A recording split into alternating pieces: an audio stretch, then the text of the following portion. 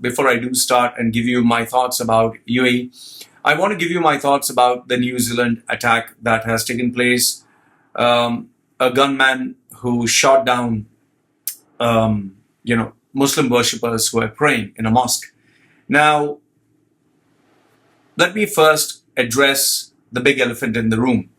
Most of the people, especially who are Muslims, they have this issue about if it was a Muslim that killed, let's say, one person or two people or five people, or let's say even one person, if a Muslim kills one person, the news headlines all over the world say Islamic terrorists, okay?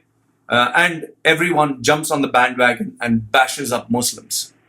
However, now, if a Christian were to do that, if, let's say, someone from, someone who's Jew, someone who is Hindu, someone who is from, let's say, Jainism, if they were to do that, the headlines never read Christian terrorists, or they never say Jewish terrorists. It's always Islamic terrorists. Now, I will be the first one to agree that yes, the Western media loves to play on people's fears. They love to highlight Islamic and the word terrorists. Okay, so I will agree with you on this.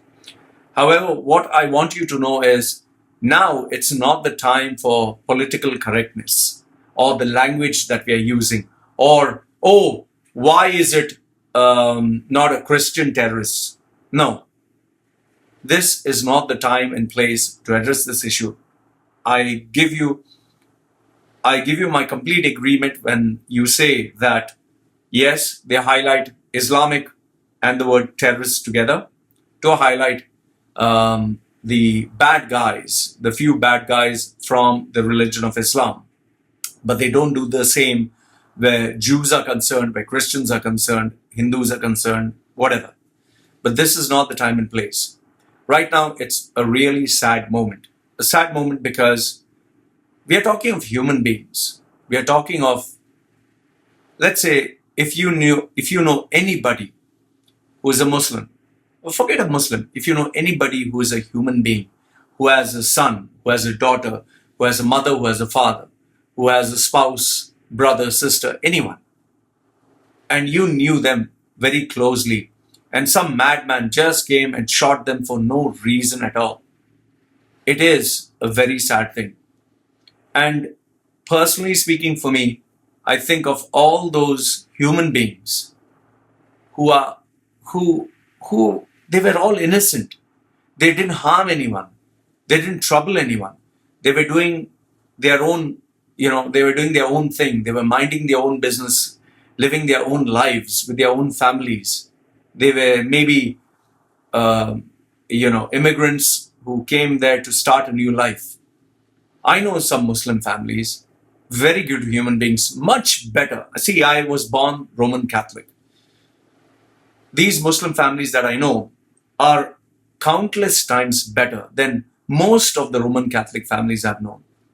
Really good human beings. And I just pictured if something happened to one of them, I would be so sad. So my heart goes out to all those human beings, irrespective of which religion they are, irrespective from which country they come from, irrespective who they are. They are, in my eyes, innocent family people, good human beings who got shot dead by an absolute sick individual who deserves to be punished, who deserves to be pained, who deserves to made to suffer the most horrific punishment in the world. I just hope that they don't spare this gentleman. They just don't spare this gentleman at all. And I'm against violence. I'm against these kinds of inhuman acts, which I don't think need to be present. I also want to state a rather controversial view, which I don't know whether you'll agree or not agree, but this is my view. There was this young teenager who took an egg and pelted a politician who was, speaking against Muslims, even though the Muslim families died. Okay? The politician, I don't know exactly word for word what he said, but it seems he spoke something about Muslims, that they are troublemakers, or Islam is a religion of whatever violence, or whatever he must have said. So this young teenage boy, in his anger, took an egg and slapped it on the politician's head. The politician retaliated by slapping him, and then he got taken to the ground and he's arrested. I am against any kind of violence. Even if you are a bad human being, even if you are a good human being, taking the law in your hands, raising your hand, or physical force is not the answer. If a person is verbally saying something which is hurtful, he is using his spoken word. Let's engage in spoken debate. Let's debate, let's talk it out, let's agree or disagree. There are many views I give which people do not like. There are many views others give me. I don't like them. But violence and raising your hand or physically doing something is unacceptable. Whether it's an egg, whether it's flour, whether it's sand, whatever. No, this is not allowed, because today one person will do with an egg, tomorrow someone will do with acid, third day someone will do with, grass, fourth day someone will do with water. Where does it end? I am totally against any kind of physical force. Verbally you want to debate, go ahead. You want to write the comments, you want to give me bad words, go ahead. I will respond the same. You can insult and give me bad words. Words, I don't fucking care. But when it crosses the line where you have to use your hand or you have to use an object, I'm totally against it.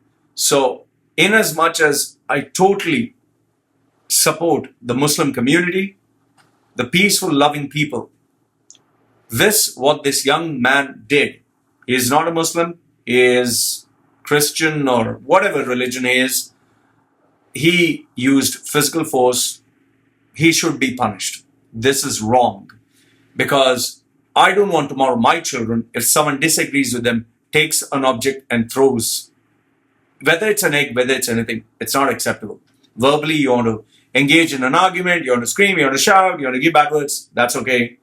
Do not raise your hand. So these are my views. You can let me know. Once again, I would like to say it again, I'm not a person who prays to any sky god or magic force. I don't believe in giving statements like, my prayers are with you, or because I don't pray, or sending prayers to you, or typing on Facebook, sending prayers, or putting an image and saying, support, let's stand together, like and share. I don't do all that stuff.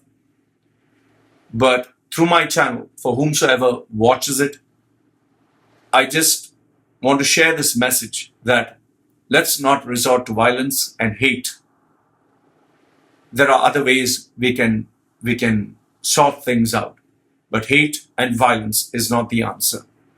So this is the message that I want to give for all the people who are mourning the death of these innocent families, these good, really good Muslims who didn't do anything but had to pay such a tremendous price. So my heart goes out to them.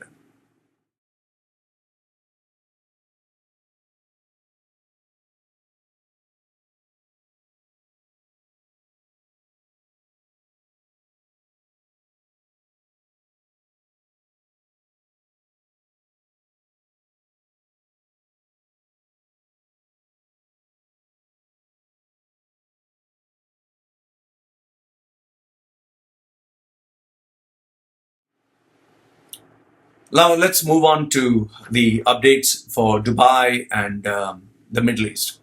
So the first one is Dubai firm. A Dubai firm is actually planning to go on a London IPO.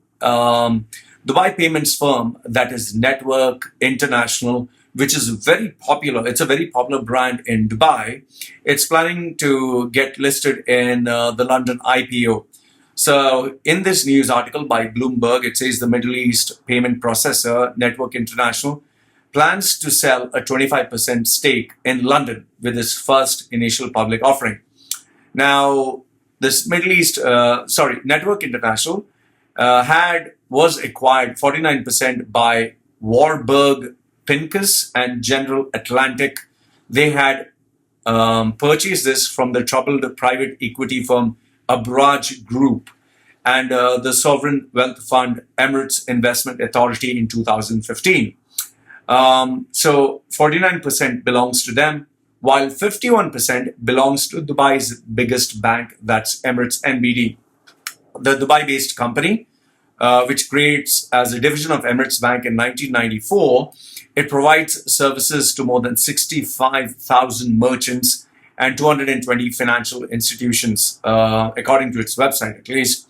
So it seems that Network International is going to be the first company to test the appetite of investors in the Europe's IPO market, especially right now when you have Brexit, you have the slow growth of France and Germany, and you have this negative pessimism because of which Europe is actually going through a financial crisis. Now, experts are saying that this IPO could shoot the value of the company by almost $3 billion.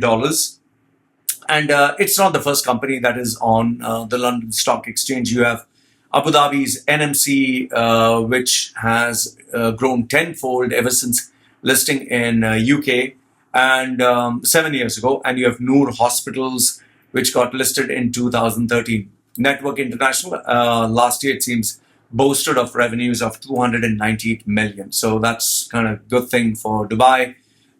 So it's, let's wait and see how does this company do in Europe.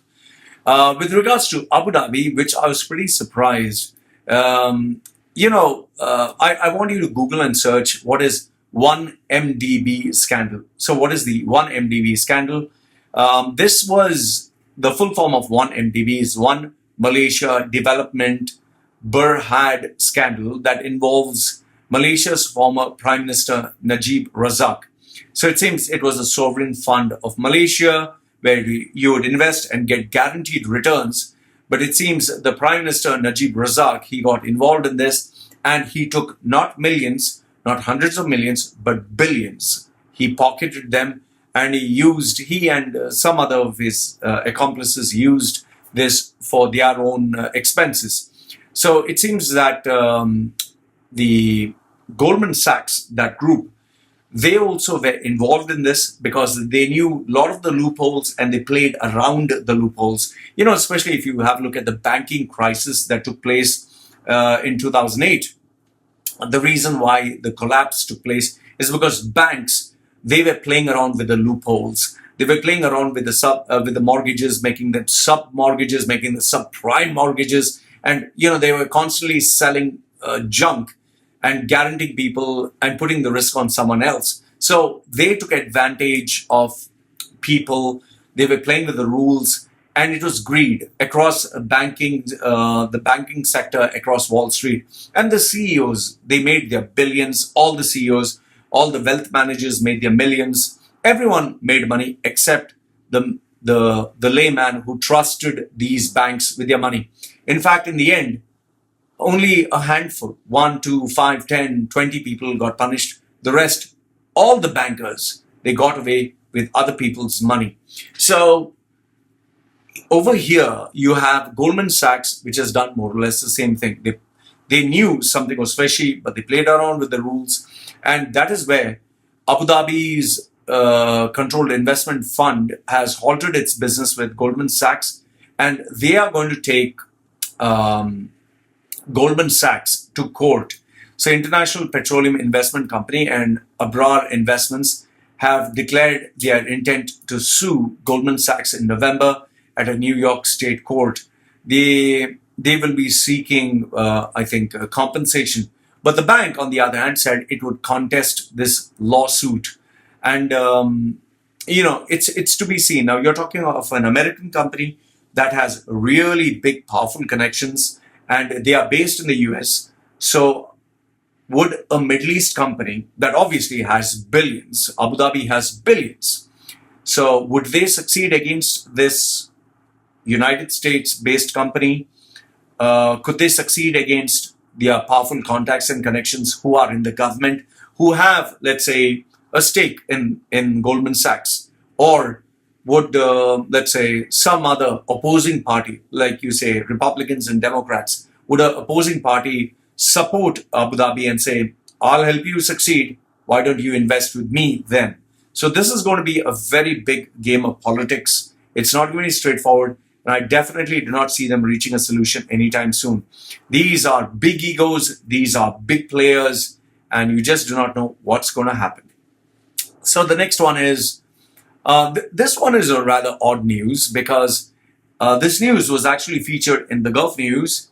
And then, lo and behold, it just got removed.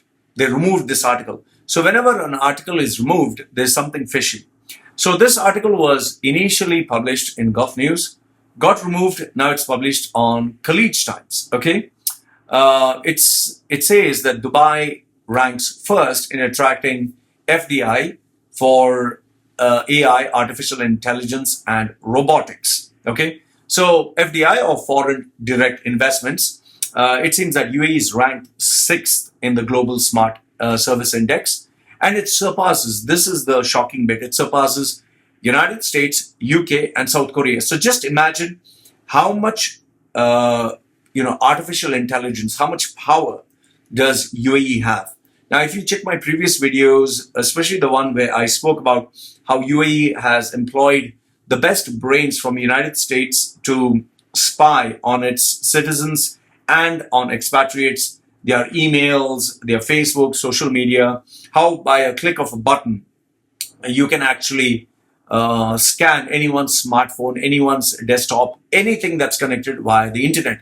I shared that article, which was actually written by Reuters. So you can't say, oh, it's written by Al Jazeera, who hates the UAE. Oh, this is fake news. It was actually published by Reuters. The links I will mention in the description below. So, and like I had stated before, I'm not against what UAE is doing because United States, Europe, France, Germany, every country in the world is doing this. Wherever they offer free Wi-Fi, wherever there's an internet connection, each and every country is spying on expats, immigrants, citizens, but they don't talk about it openly.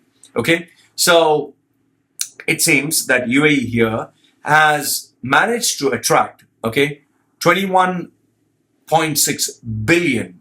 Just imagine $21.6 billion worth of foreign direct investments. Okay, mostly from Europe.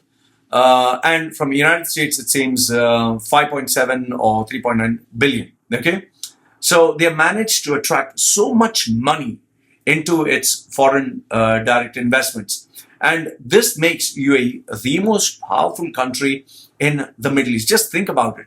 So it ranks. The artificial intelligence adoption will be 45% by UAE.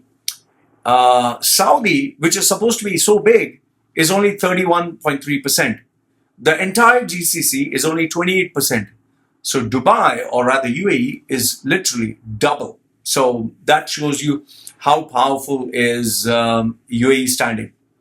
And through this, it seems they would eventually migrate into blockchain technology, the Internet of all things, artificial intelligence, because it would want to capitalize on the future. So this, in a way, is kind of speaks highly about UAE. But then again, like I told you, on one hand, UAE is doing all these great achievements. Okay, flying taxis, space, putting an Arab into space, Emirati, then cryptocurrencies, which the news came in Arabian business. But then you have to pay 20 billion US dollars. 20 billion you have to pay your debtors. So one hand you have technology, other hand you don't have money. So it's going to be a very interesting game to see how are they going to survive this. And in the end, would they, just as Dubai, finally bend over to Abu Dhabi and said, we have sold Dubai to you. That's why Burj Dubai became Burj Khalifa. It was nothing but a statement to say Dubai now belongs to Abu Dhabi. So, and given the fact that Abu Dhabi has saved Dubai all these years, from this past 10 years, it is Abu Dhabi that has been saving Dubai's ass. It's to be seen what is going to happen next. The next one, like I told you, just as the Gulf News, sometimes they put these articles and then they remove. This news was also mentioned on Gulf News. I saw the article, I read it, but then when I went to check it out again, it showed that the article was removed, page not found.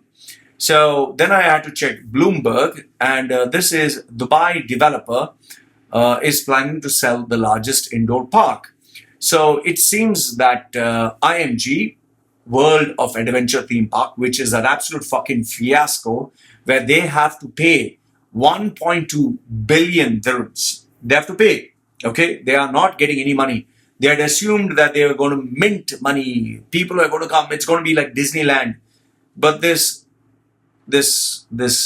disaster of a theme park is in the middle of the fucking desert. It'll take you 2 hours to fucking drive if there is no traffic. It'll take you at least 2 hours to drive from Sharjah, 1 hour to drive from the main city. It takes you 1 hour to drive there, and if there's traffic, it'll take you 2 or 3 hours to reach back home. It's so bloody far. That's number one. It's so bloody big in such a fucking heat. Third one is it's so fucking expensive. Every fucking thing over there, you have to pay $100 entry, $50 here, $20 there. Even a simple bottle of water is like 5 times priced, more expensive. So when you have such a fucking fiasco, which is so fucking inconvenient, and you have loans of 1.2 billion dirhams, I mean, how stupid you must be to put it up for sale or to even tell people it's going to be on sale. In fact, they didn't officially give this news. It seems that people working within the company, they had leaked this information stating that they need to sell this. The reason being is the expected number of visitors or the footfall is not happening at all. In fact, one of my contacts who's based in India, a travel agent, whom Dubai, when they want to promote Expo 2020, had given them all these free travel through Emirates Airlines, free stay in 5-star hotels, and they had taken them to visit all these VIP places. They themselves said, Loy, this is so fucking far. It's so fucking expensive, and it just doesn't make sense. Better than this, if they pay the same amount of money, they can go to the East and enjoy 5-star experience. So Dubai is so bloody expensive. So it seems that they are planning to sell this, and it has been nothing but a disaster for these people. The owners, let me give you their names, Elias and Mustafa Galadari Group, known as IMG. So they're planning to sell this, and they even initially they had planned the Six Flags theme park, which is a global brand. They planned to have that. They planned to have Universal Studios. You remember Universal Studios? They were bragging so much. They had this dinosaur figures. They had this Formula One race car this way. For those of you who are based in Dubai, you will see that when you're driving. Now it's nothing but just dried up. So it's, and if you see the report, they have their shares have slumped 70%. That means minus 70%. So if you put 100, it's valued at only 30 right now. It cost 1 billion to build all this, 1 billion, and now they just want to sell it for anything. So I just feel that this news is very bad for the brand. And now people, even if they were investors before who are ready to pay maybe 40%, now they'll not even pay even that much. So, but like I always say, if you check the news now, it seems they deny. They say, no, we were not planning to sell it. Like I always tell people, there's no smoke without fire. If there is a problem somewhere, we will notice it.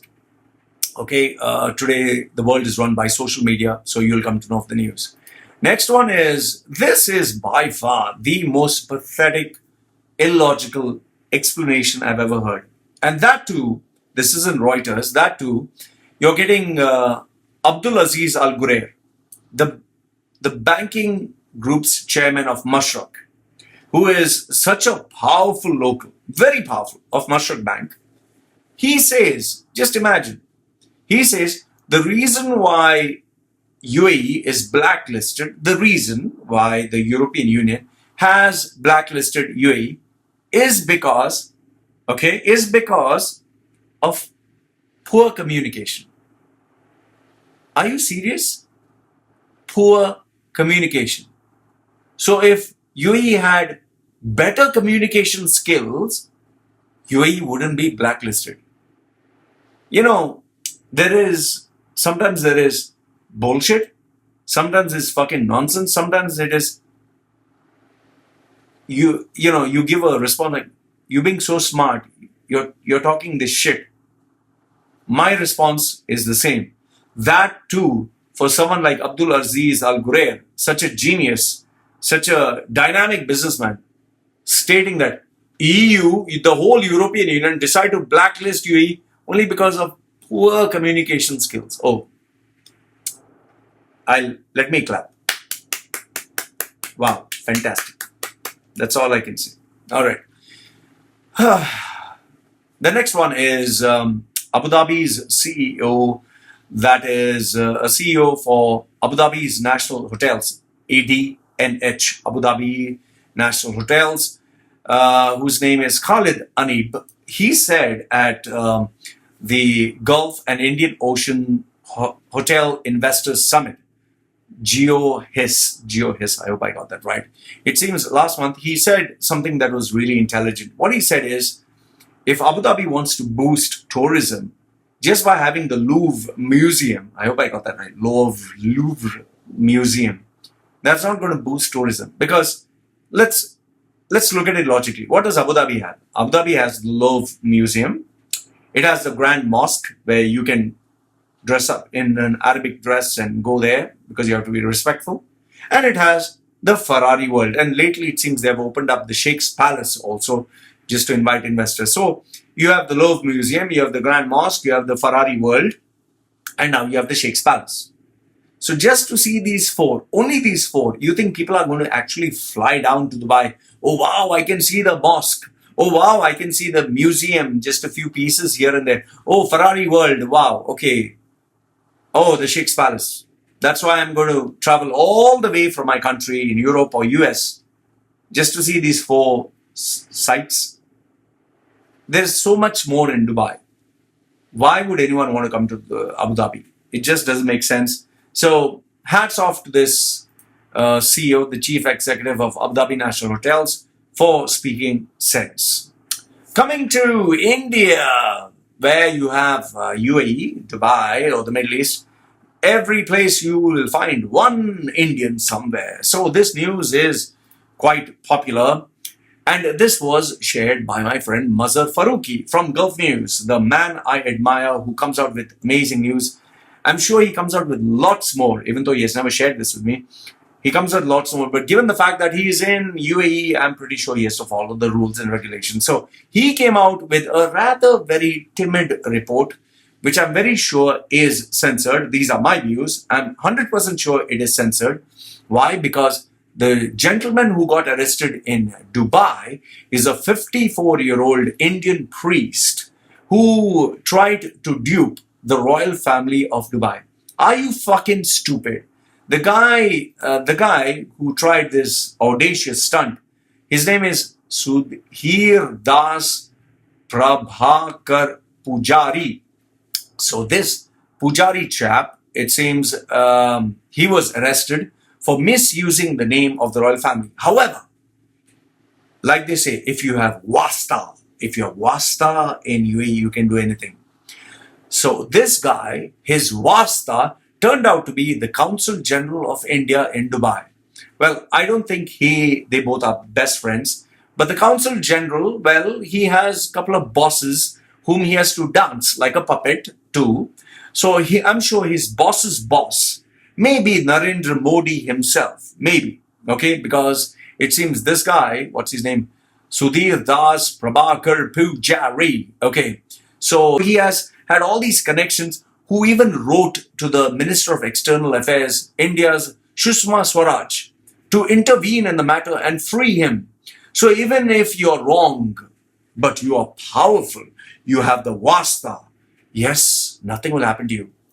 But if you check nationalheraldindia.com, there you have a bit more details, like he's a Nasikh priest close to the VHP and RSS. I have no idea what is that.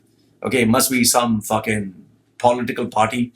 So it seems that, and this guy, see the fun, even though he's a priest, he's supposed to be a priest, When you think of priest, you think humility, you think poverty, you think. But this guy, it seems in 2018, he shared a nice video clip on Facebook and Twitter to show his plush office in Dubai. He has 3 companies in UAE: Al Boom Marine Logistics, Sara Vision Investment, and Nas General Trading. Being a man of God, I'm sure this money to invest in these 3 big companies is from hard work, is from praying to God, is from sincerity. It's only from, like they say in Hindi, Indian language, Kheti Wadi. He tilled the soil and he sold the rice and he earned those rupees, penny after penny, he collected them. And this hard work, which God gave him, he put it in these 3 companies. So, and, because he likes to be famous on Facebook and Twitter with his successful companies, even his passport was printed nicely in nationalheraldindia.com, which I want you to have a look. So you can see his nice little photograph. So, good businessman. Sometimes I think, why don't I also become a priest in India? Why don't I become a sadhu? Pandit Loy, Mosquito, Pandit Maha Rishi Guru Loy Toy, Loy who will heal your toy, something like that. And then I can have the different companies. Anyway, religion is good fucking business in India. And if you have wasta, especially from the Council General, that nobody can touch you. I like this Pujari chap. Okay, next one is Gulf News states that UAE car rentals cannot keep your passport as a guarantee, because if they do keep, you can complain and then this car rental company can actually be shut down. I personally, when I read this news, I sometimes wonder, then running a car rental agency is a fucking liability, because a guy will drive your car, he will, make it a disaster, and then you have to endure all this, which actually happened in August 8, 2018, when a nice little British tourist, the best in the world, our British tourist, 26-year-old, rented this 1.3 million dirham Lamborghini Huracan from this car rental shop. And then he proceeded to drive through Sheikh Zayed Road at only 231 kilometers an hour, racking up $46,000 as fine, or 170 dirhams, or Great Britain pounds 35,553, because he can't do this in the UK. Well, Dubai is such a fine city, so he decided to get many fines. So in the span of 4 hours, he managed to get $46,000 as fine. Sadly, the poor owner of the car rental shop did not take any deposit. Well, I wonder, how could he take a deposit of $50,000? Well, he didn't take any deposit. So it seems the tourist also maybe didn't want to pay. So now the car rental agency cannot jail him. They can't tell the police to jail him, because the Dubai police said, well, we can't jail you because the car belongs to you. And when we take photographs from the radar, we don't see people's photographs, we see only the number plates. So, in other words, the poor guy got bamboozled. Mr. Ibrahim, it seems there's no procedure for car rental companies to protect their rights. I don't know if it's changed. If it's changed because this was 2018, I hope it is, because such fucking cunts who drive like bastards and who endanger the lives of people, they don't deserve to drive. In fact, if they die, I have absolutely no sympathy, no sadness. They deserve what they're getting. But sadly, when they do crash, it's not just them, it's property, it's other people as well, which is unfortunate. So, next one is, this is also an India-based news, but the reason I'm sharing this with you is because it involves multi-level marketing. It seems in Hyderabad, or Cyberbad, which is now doing a good job. I have to clap my hands for you boys. You boys are doing a good job. It seems they managed to bust another multi-level marketing, which is called ebiz.com. It seems ebiz.com managed to cheat 700,000 people of 1,000 crores. It's not crow. It's not as per crow. In India, I don't know why they have such retarded fucking names, lakhs and crores, which sounds so stupid.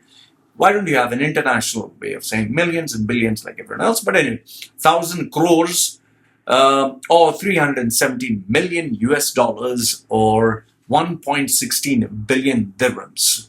So you have this much money that has been wonderfully cheated by eBiz.com. Elaborating on the modus operandi, the police said, at first, the promoters of these, when they approach you, they will say to the newcomers, there are various business opportunities. You can be an entrepreneur. You can be your own boss. You will earn quick and easy money with these wonderful e-learning projects. And then they trap these youngsters, especially students, stating that they will be part of this business opportunity. Remember the word opportunity. And you can build your own future. You'll get recurring income. When you sleep, your bank balance will grow big and big. Oh, magic. So you begin to think, wow, I'm going to be so rich so fast. And it seems that you also have a refund policy that if you do not like it, we will refund your money. But then how they play the game is, even though you're supposed to get a refund in 1 month, they give you motivational classes, training sessions, they provide you books, tell you to read all this, and they make sure that when you ask for a refund, it goes more than a month, so you don't get your refund. Eventually, you lose your money. So, thank you very much, India Police. Finally, you guys are doing something good. Please, thank you so much. You guys deserve a Bharat Ratna award. You deserve the highest award that anyone can give. Please arrest these bumfucks. Next one. You remember I told you Imran Khan's vision. His intentions are good, but things are not going to be so easy. Well, guess what? My prediction, I should be this pundit because my predictions are coming true. It seems Pakistan has failed to secure the loans. Now, the funny thing about this news is, even though Pakistan failed to secure the loans, all the news channels that reported this were not Pakistani news channels, it were Indian news channels. I got only links from Indian newspapers that were bashing up poor Pakistan.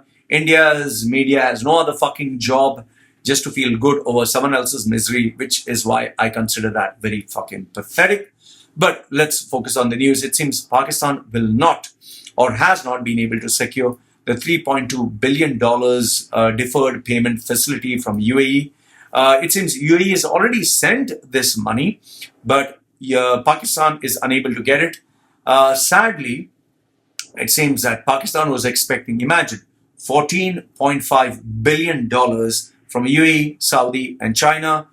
As of now, they have received only $3 billion from Saudi, but rest of the money is either stuck or it's taking time or it's getting cancelled. I admire Pakistan's Imran Khan, who's really trying hard to save his country, but like I said, evil, corruption, or the bad guys, it's very hard to fix a country that has had corruption for so many years. I just hope, I seriously and sincerely hope that Imran Khan doesn't get assassinated or harmed, because he is a genuine guy. He really wants, okay, he's not perfect. Don't get me wrong, he's not perfect. Many times he has given his word, he has backtracked on it. And obviously, he can't just clean up Pakistan just like that. If you're the Prime Minister of India, you can't just suddenly make the entire India educated or remove corruption completely or remove or kill all the Prime Ministers, although I wish they could do that. Or, have everyone educated or suddenly make all the men decent and all the ladies honest. Well, it's not possible. So I just wish Imran Khan all the best. I wish the country all the best. And yes, India, mind your fucking business and focus on the shit that you yourself have. I'm an Indian passport holder, I can say this. So, India, focus on your fucking shit, fix your own fucking house, then start looking at other people's house. Okay, so these were some of the news. Now let me give you some of the funny bits, which I'm sure most of you like. I got this, which was shared to me. I don't know where the fuck is this, okay? I don't know which country. And I don't know if this is fucking Photoshop, but I think this is Dubai. No, sorry. I think this is Ras Al Khaimah. If I evaluate the roads, because this looks like Ras Al Khaimah, it seems the advertisement says new Thai massage 072234611. So you can have a nice massage. I wonder if they give happy ending. If they do, then this massage is worth going. But then again, look at the logo. It looks like she's opening her legs and he's putting something there. He's thing. Okay, whatever. I know, great imagination. Next one. I got this guy, Khantastic, which I'm sure is a Pakistani.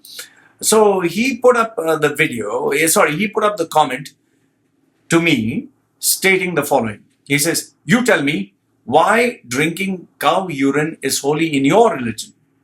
In whose religion? I don't have a fucking religion. I'm a fucking atheist.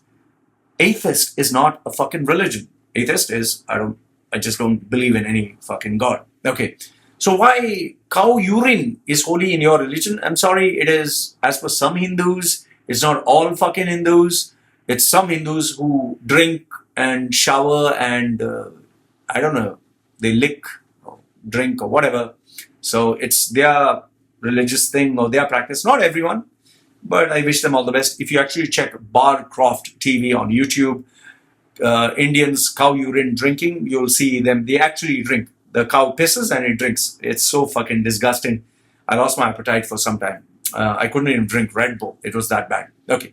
The next one, Khantastic, asked me, why cows are more holy and have more rights than women of India? I absolutely agree with you. I think every Hindu should be asked this fucking question and put in their place. Okay. It's like Pakistanis stoning women if, they look at a man or they have sex out of marriage. So the response for some people of Islam, Sharia law, especially, take a stone and fucking stone them to death. If you're gay, stone them to death. It's so abnormal. Even if you're a good person, even if you're not doing it, or if you leave Islam, kill. You're welcome to Islam, welcome. It's an open religion. But if you're leaving, we'll kill you. So just like that. So in the same way, Hindus have some imperfections. Muslims, Islam has some, and yes, you might say, oh no, fuck you, even Christians. Yes, Christians also have. I totally agree with you. They're fucking shameless, they sleep around, they fuck around, they do all shit, they worship statues, light candles. Agree. Whichever religion you want to insult, go ahead. I don't mind. Next one is, why rats and monkeys are for worship in your religion? Sorry, not mine. You can, here in Thailand, they even roast rats, they eat rats, so enjoy the god. Okay. I used to be a fan. Shit, only used. You're no longer my fan. But you're involving religion in your videos. Well, I speak on topics which are relevant. Spreading hate against each other. I don't fucking spread hate against religion. I just speak on issues that are fucking retarded. Like, do you endorse stoning someone to death just because they had sex in the bedroom? So stoning them killing is the answer. Chop your hand and leg.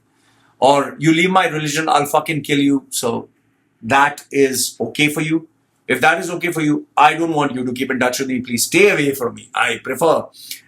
And yes, I totally agree with, if something is wrong, I totally fucking agree. It's like, for some people, cows are more holy than women, which I think is fucking retarded. I love my beef burger, which I think is pretty delicious. Okay.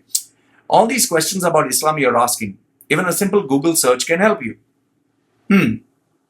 I remember the question that I asked about the flying horse and the moon splitting in two. Even though I Google checked, there is no answer. There are Islamic websites that say Islam is true. Just as there are Christian websites that say Christianity is true, just as there are Hindu websites that say Hinduism is true. So each group says we are true. So who's true? All are true? All the gods are real? Okay. So that is why Google is not very reliable when people give their opinions. Last but not least, what he says, if you don't know how to use Google, ask one of your students for help. Khantastic. Islam is not my priority. This cow, monkey, rat, religion, believing in Zeus, Thor, Jesus, Mary, Allah, Lord Ganesha, Lord Shiva, that's not my priority. That's yours.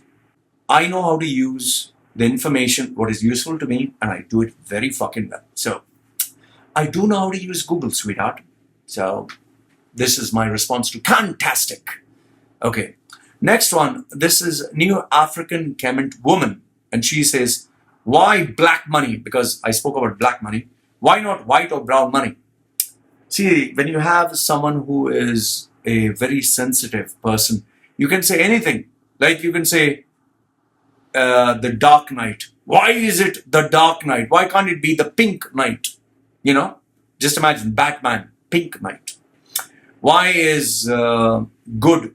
Like, you have religion that says He's the light of the world, and the darkness keep away from it. So wide. See, the problem is, this is just fucking language. It depends on what context. When you talk of black money, it's supposed to be like, supposed to be illegal money. If you feel good, instead of black money, let's call it polka dots, pink polka dot money. Okay?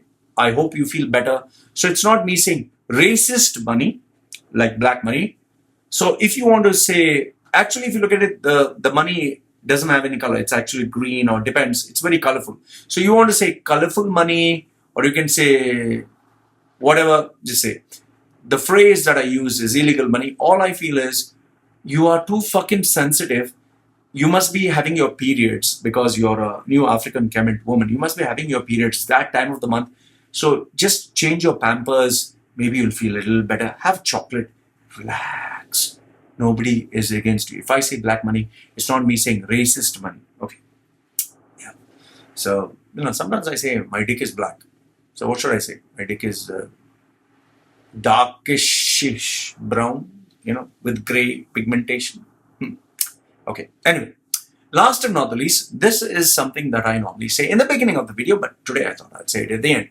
Now, this particular gentleman actually happened to send me a vacancy for an accountant, which you see my previous video I had shared about it. So I had received some real fucking retarded CVs out of, I didn't bother, out of which 2 looked slightly decent.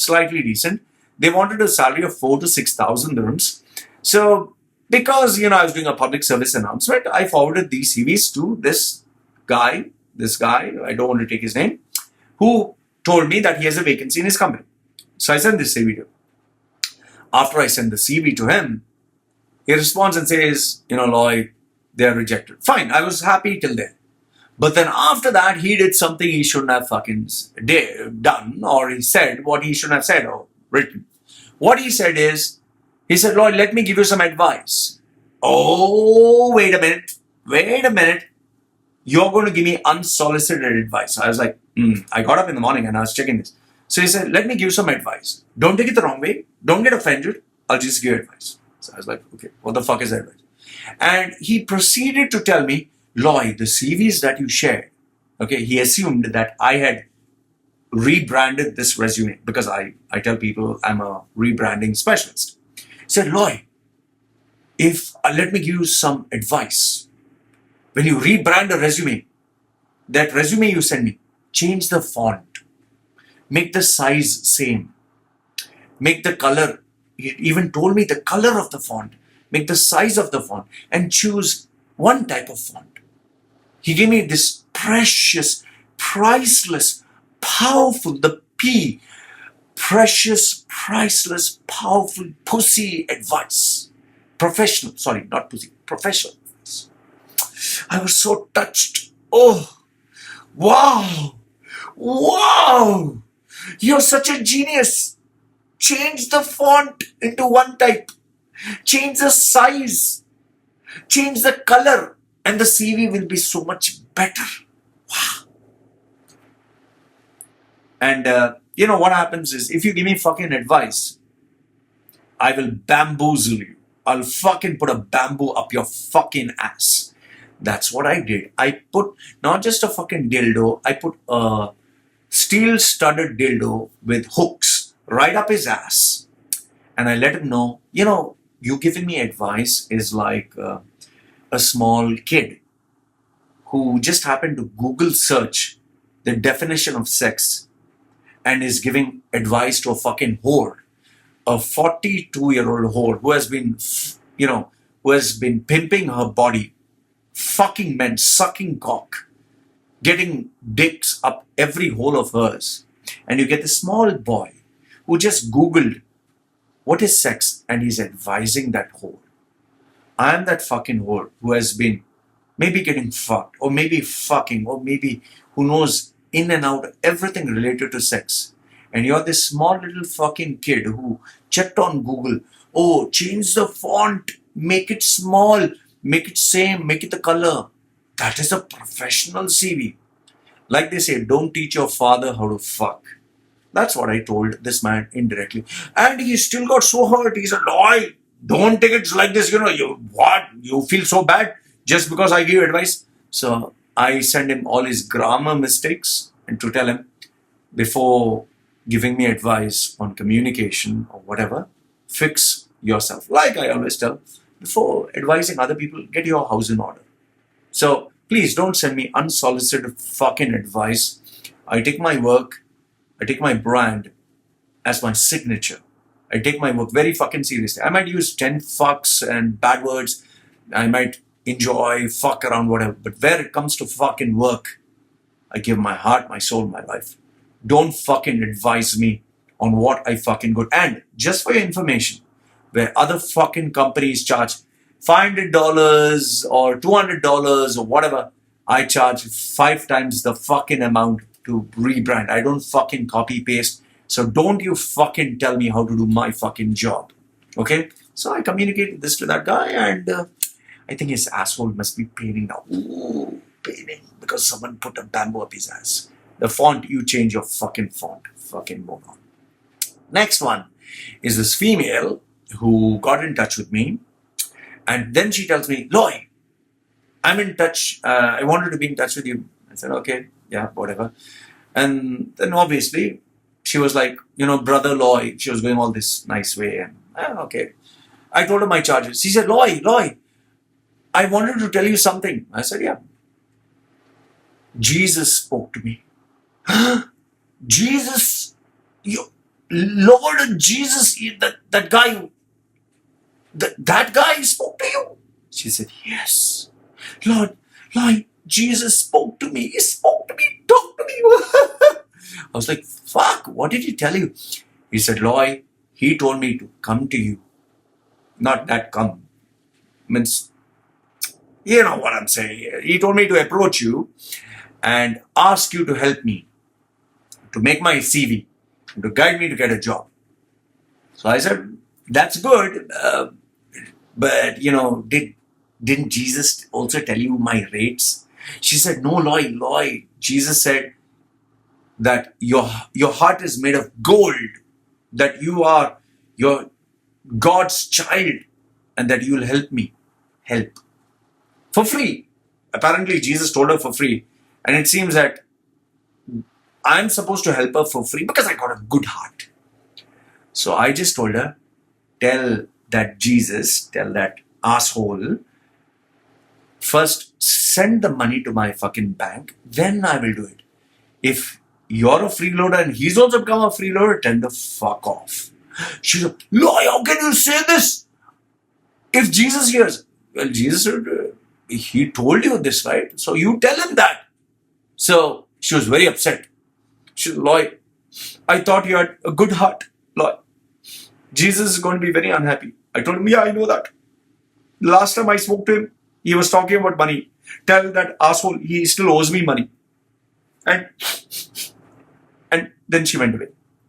Please, my friends, if Jesus, Allah, Lord Ganesha, Shiva, Amun-Ra, Zeus, Thor, Viking, Iron Man, Superman, Spider-Man, Batman, any of the gods from the Marvel universe get in touch with you, please remind them that I have my service charges. Okay? Next one is youngster from India. I think maybe from Bombay or Delhi. He was telling me he's an entrepreneur, digital marketer.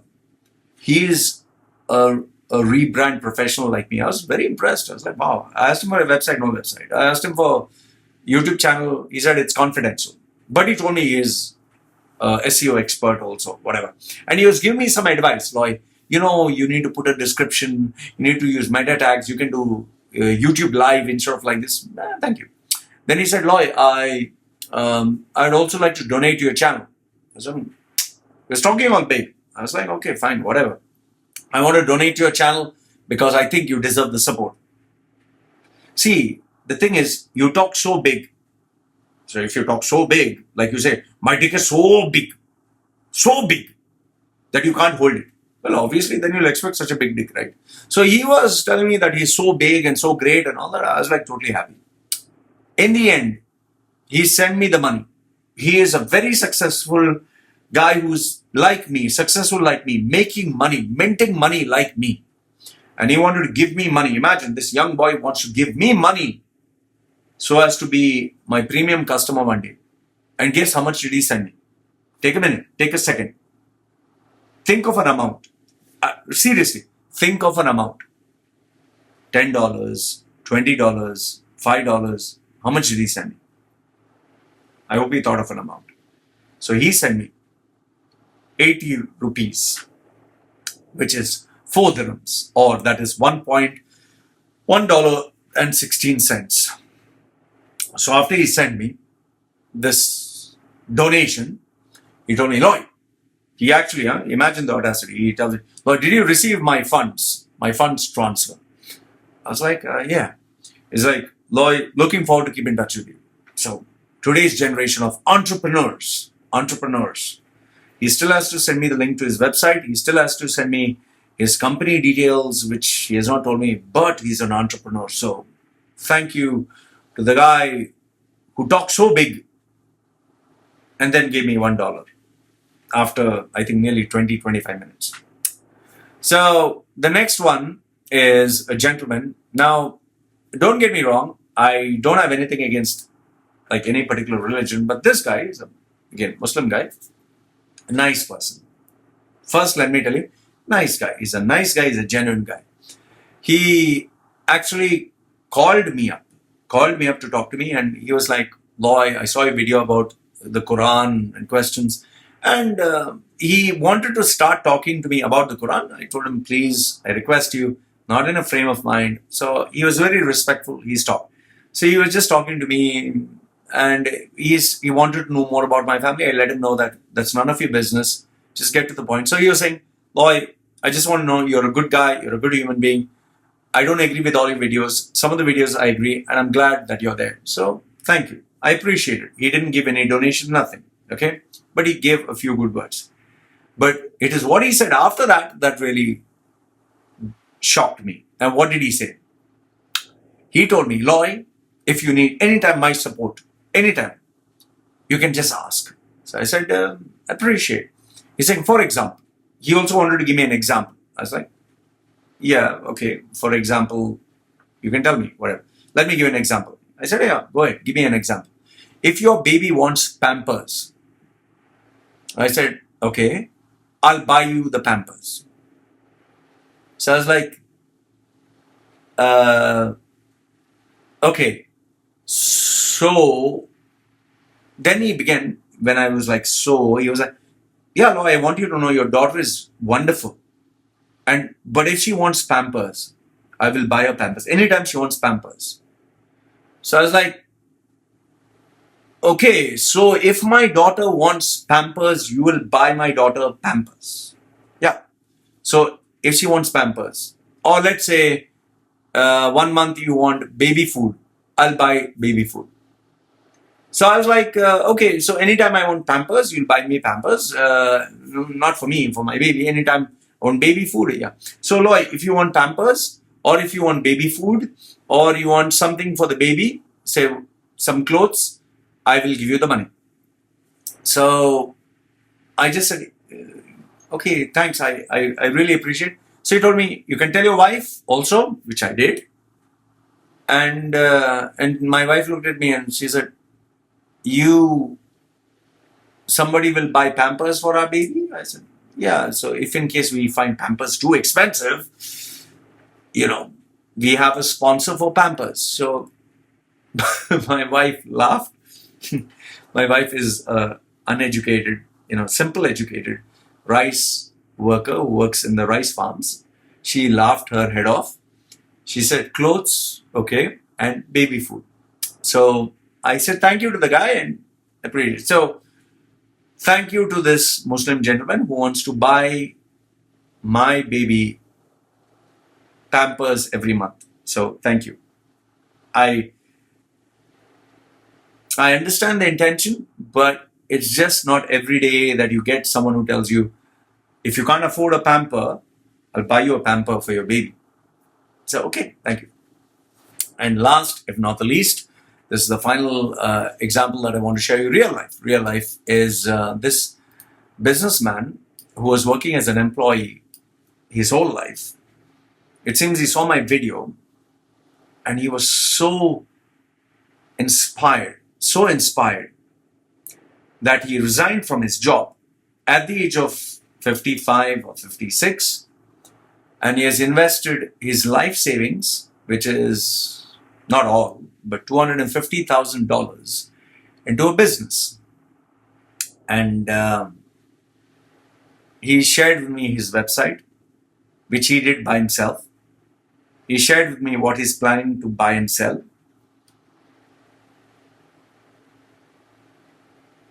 I obviously will not give you details, but he's selling socks, shoes, and clothes online. He wants to make it an online store. And he did it everything by himself, by watching the internet, self-education, which he thought was the way. And he gave up his job. The only thing which disturbs me is he has zero experience in business, zero experience in internet marketing, zero experience in e-commerce.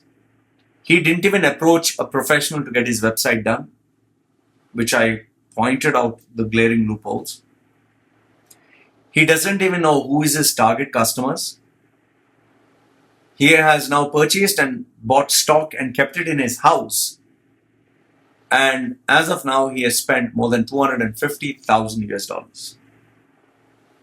And he called me to tell me how I inspired him. However, it seems nothing is selling. There's no traffic to his website. And now after 6 months, he is worried. So what to do? So what I want to tell you through this is, please stop conjuring up fucking messages like, you inspire me to do this, you inspire me to tattoo my face, you inspire me to leave my job, you inspire me to achieve my dreams and give up everything. Please don't remove stories from your ass, or your shit is filled in your brain. Don't associate that with me. I've never asked you to do anything. So if you're not sure, ask me before you fucking do it. Don't fucking do it. And then when it gets fucked up, call me up and say, Loy, I did it because of you. You inspired me. So sad to say, this gentleman, my prediction is his entire business is going to shut down. He's going to lose $250,000 of his business. He's going to lose his life savings. And at the age of retirement, he's going to end up with at least 50 or 60% of all that he worked for just gone. That's what I told him. And, even though he paid me money, I gave it back. I told him, I don't want your money, because there's no advice I could give him. There's nothing I could do. Nothing. Because, it's like you have sex, you're pregnant, your baby's at the 9th month or the 8th month, and now you're asking me, Lloyd, should I get pregnant? Should I have this baby? I mean, come on. So guys, these were some of the responses that I got in terms of real life people. I'll tell you, sometimes I myself cannot believe that such kind of human beings are there on this planet. But this is the kind of people I meet. These are the kinds of incidents that take place. And it shocks me that such human beings exist. So anyway, like I always say, like the video, give it a thumbs up. Don't like it, thumbs down. Put your comments if there's anything that did strike you. And this is me once again signing off for now. Take care.